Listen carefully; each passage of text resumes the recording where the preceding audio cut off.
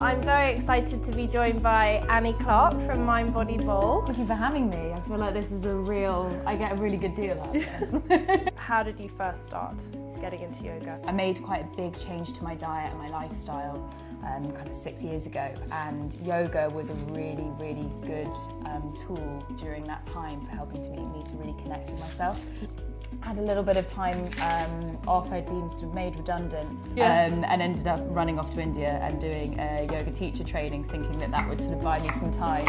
And then I sort of, as cliche as it sounds, I found yoga.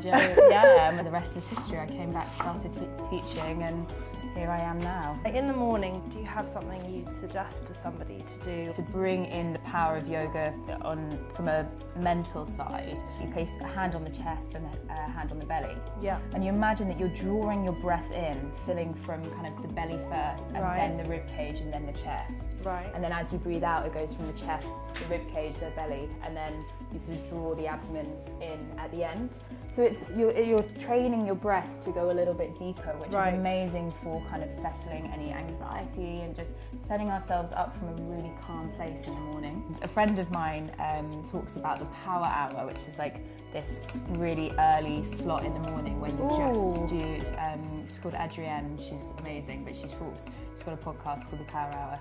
So I've just come back from Tokyo, which we were just saying is the coolest place, and you're going quite soon as well. This is based on an udon noodle dish which I had out there, and I'm doing it with these black rice Soba noodles.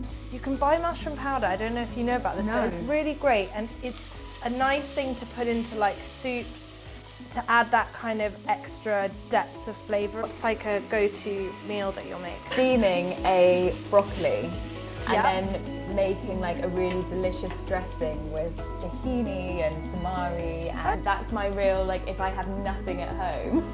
So in London, have you got any favourite restaurants that you can recommend? My boyfriend and I went to Sri Lanka I saw that trip! And it was just, we absolutely loved it. The food was amazing. It was so easy to be vegan there. And this weekend my boyfriend and I decided to have like a date night on Saturday, and we went to Hoppers, which is a Sri Lankan restaurant. It took us back on our last night in Sri Lanka. We were in Galle and we sat in like a hopper shop, and it was pouring with rain, but there was just a table for two that looked out into the street, and we sat there and just eating hundreds of hoppers.